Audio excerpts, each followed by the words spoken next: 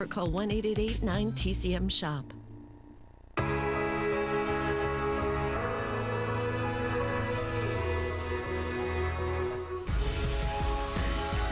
Kathy Schulman, it's so great to have you here for our last night. Throughout this festival, we're going to see this array of talented female filmmakers. And yet, that is what I find frustrating. It's like, well, what do we have to do to sit at the table? I think in a certain way, we need to be myth-busters. The notion that a woman can't direct a certain kind of a movie, or is too busy raising children to even direct a movie, or can't be a wife and a mother and a filmmaker at the same time, or can't understand or embrace a story that, you know, is action-oriented. There's a whole bunch of myths that have built up over time, and I think that all of us with voices, everybody working in the industry today, both in front and behind the camera, you know, needs to speak up and demand their media. We're going to talk about a movie now called Walking and Talking.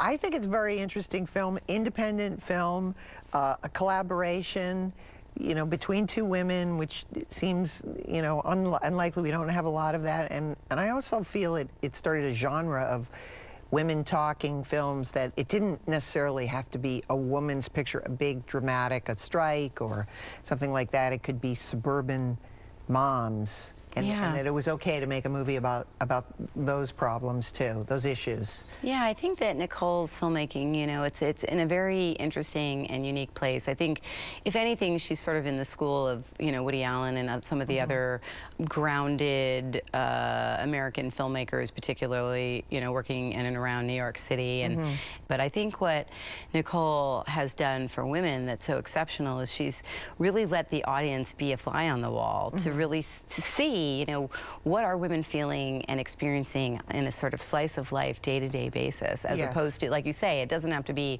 a woman against all odds and overcoming, you know, enormous corporate or otherwise, you know, kind of obstacles. And it's just what it takes to live a moral life, to find happiness, you know, the basic things that we think about every day, what it means to date and how we feel about ourselves, our friends, our boyfriends, our husbands and lovers. And she's really created an entire genre, you know, to herself, and her films have consistently delivered, you know, on those kind of areas. And Catherine Keener is another, just a fantastic actress. Every time you get excited when you see her in the movies, and she represents independent filmmaking, I think, to a certain extent. She really is a strong female voice, a great actress. Yeah. And as Nicole has aged, Catherine has aged with her, and when I say aged, like just changed, metamorphosized. It's true. I mean, I think that Catherine has been Nicole's muse. Yeah. And I have always felt that Nicole's voice as a filmmaker is coming through the words that Catherine speaks.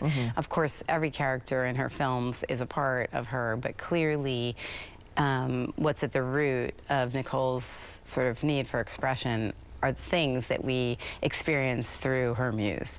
And yeah, she's really become associated with those films in a great and wonderful way. And these are well scripted films. Yes. Also. It's about the words, right? Yeah, yes, she really, very much about words. The camera work is kind of straightforward, but the conversations, the captured moments between women are very interesting. There's usually a sister.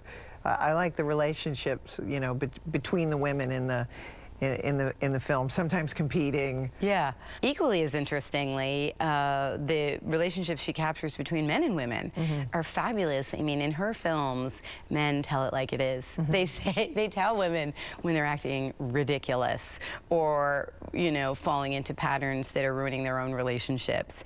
And we don't usually see that with this kind of courage and storytelling in Hollywood films. The things that make and break relationships are oftentimes kind of grandiose.